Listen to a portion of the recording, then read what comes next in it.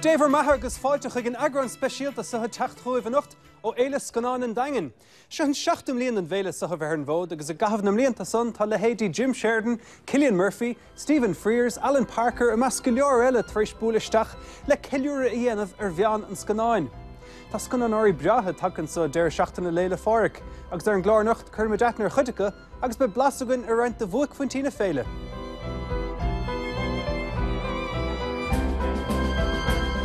Tá spántar saothar le scananóirí áitiúla agus idirnáisiúnta go bhéile, agus am líon a roiníoch scanán a rinne cólacht áitiúil Howla Mexico chun túsach ar leis a bhéile, an scanán Blood Rising. Leabhar leis an stúrthóirt Mark McLaughlin agus leis an alíontóir a chuig ar aistir na hánta, Brian Maguire.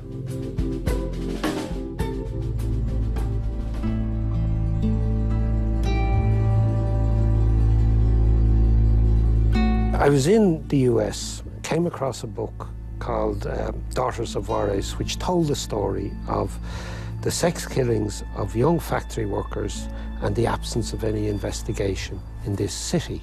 At that stage, I was only interested in making a set of paintings.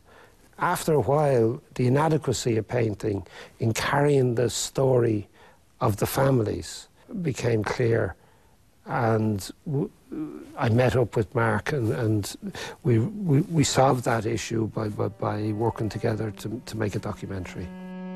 Idir 1993 agus an látá aniu for Imeall Carricade Vos.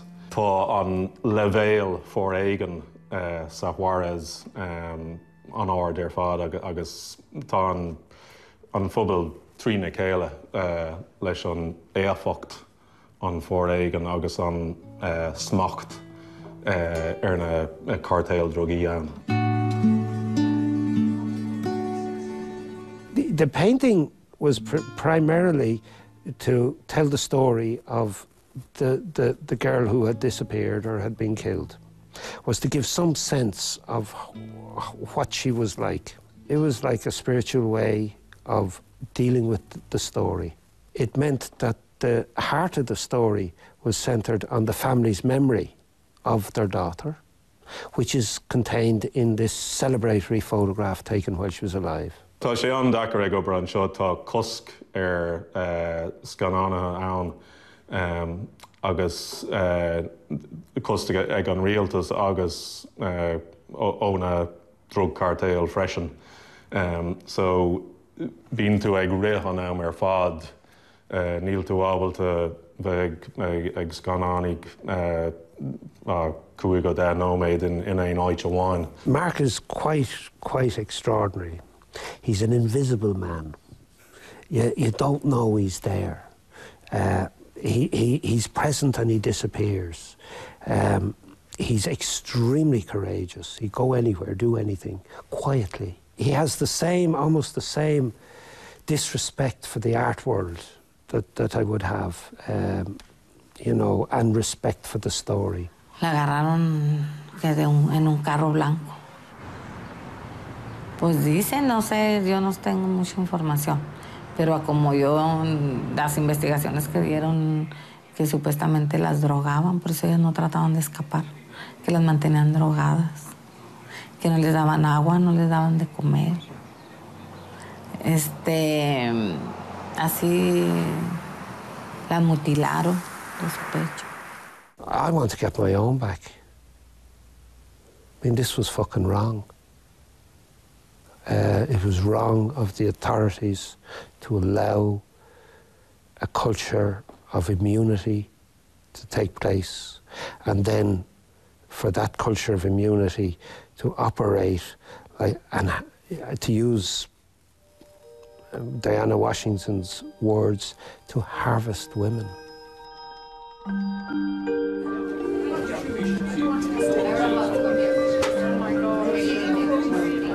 I hope it creates awareness, both here and around the world. Gan daut an tríha fallídianta ins na manas so sin rud is táchtaí stocha na bhór ar ein éisteach an éanaid agus go mar riocht ban na bháin nó rion si iirecht é chur féhráid a phobal agus féhráid an rialtas.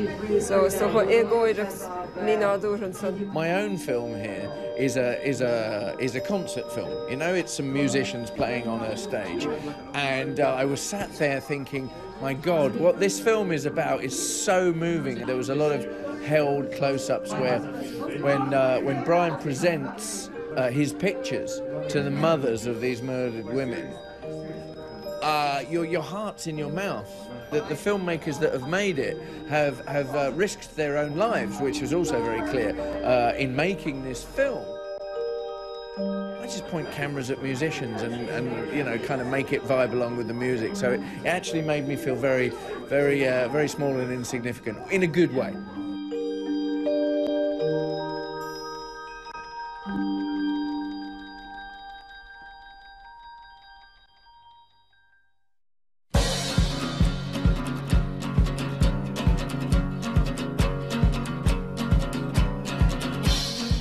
Bhí Imeall a lár énig agus thug mar an Imeall-mobíl chuig an dagan, agus bhfuil roinn sconanóirí isteachúin le linne féile.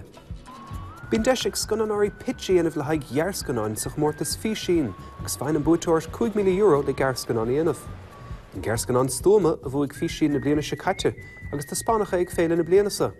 Leabhar leis an stúrthóir Paul Webster agus an léirthóir Éamon de Stack. Ach rubh sin, chulamar an sconanóir Luke McManus.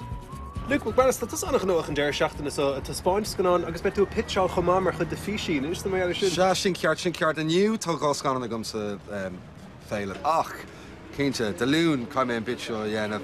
Dúir fá just sampla beagdom just den méid a bheith le rágad, so it is dom fit scanán a bheith á díla go de lún. Well, this is maar klachten dom, is ook like, yeah. Is scale durge is scale new Aimsroch Níl sé an sais classic garscan an géile. So tá sé sa tauchaí agus tá sé faoi fearr a bhfuil ag obair I gur cólacht idirnáisiúnta anmhór ón áis agus tá rud ag an mícheart leis an obair bhfuil sé bhéanamh. So ní lista go an éirí lom in our éire tá sé sais scéal at ceapam I gur an comórta seo ach ní lista go beidir. Cén tábhacht a bhaineann le scéimena cosúla fí sin measta? Tá siad Harbh tábhachtach.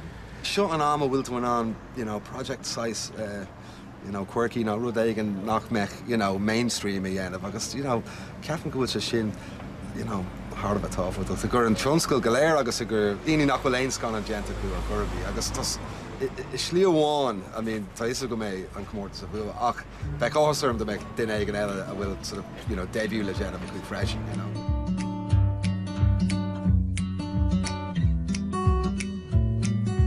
Éamon tháinig túnsa an nuaigh le ghearrscan an na fitseáil mar chud de fí sin, inis dom fin taithí sanna bhí got? Tháinig muid an seo an bhliain se caite le pitch scríb má cara Paul Webster scríb sé an scéal agus scéal faoi leadóg tá sé driblóid agus tá sé ar bunte dul go brisún. So téann sé hús go Connemara chun tamil a caithfh in éanacht le iarpresúnig IRA. Can I olbhú dul go prisún? Bhfuil scéimena cosúla fí sin tábhachtach measa? Tá sí fíor tábhachtach seans a chur ar daoine rudaí nua a chur ar an scáilán, agus le ghearrscáin tá seans rudaí nua a dhéanú experimentáil a dhéanú le scéal, le technic na chuile rud agus le píosa beag airgid is féidir leat rudaí dhéanú agus rudaí nua dhéanú, so tá sé tharbheith tábhachtach meas mé hen.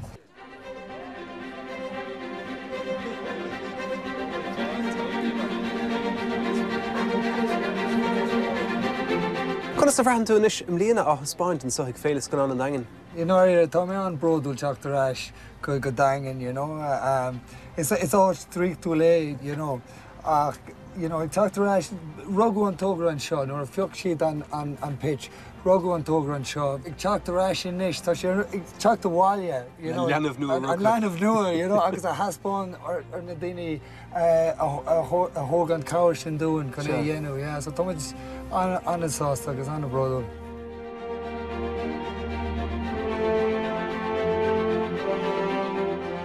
Fuaimid an comórtas fí sin an seo an bliain seo catan. Bhí mé an stúrthóir agus an scríbhneoir den scanán.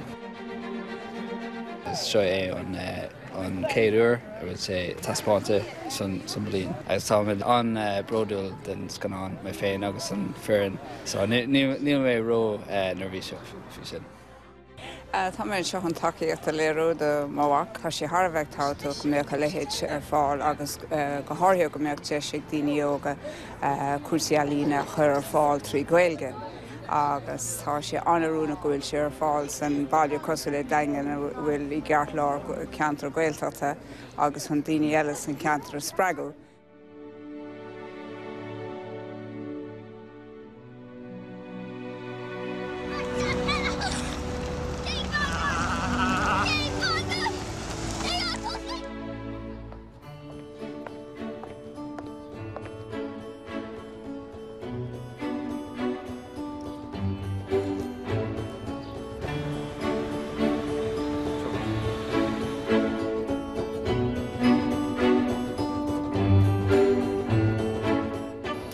Ba leis an uirt sanna dul is tá sus a thugant agus fadach leach isteach. Pub agus siopa crua airí is Foxy Johns atá lunathe I gríleár bhaile. Agus tá scanán a thuspáint an deir seachtainna sa a rinne Francach tam reachtant ar maile, Lanca Pereir a chuim sin saoil le húil an tísa. Agus sin leheigh tríd an bhéile is dasbúil isteach ag termand an társa.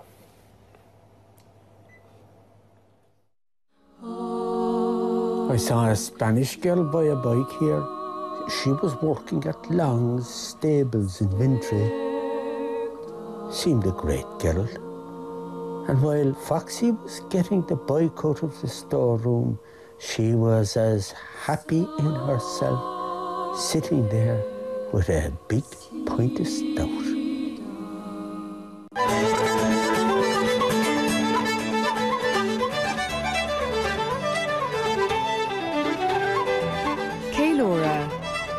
Ahantas, Dríocht, na ceoltóirí agus na háránathe is fearr sa tír.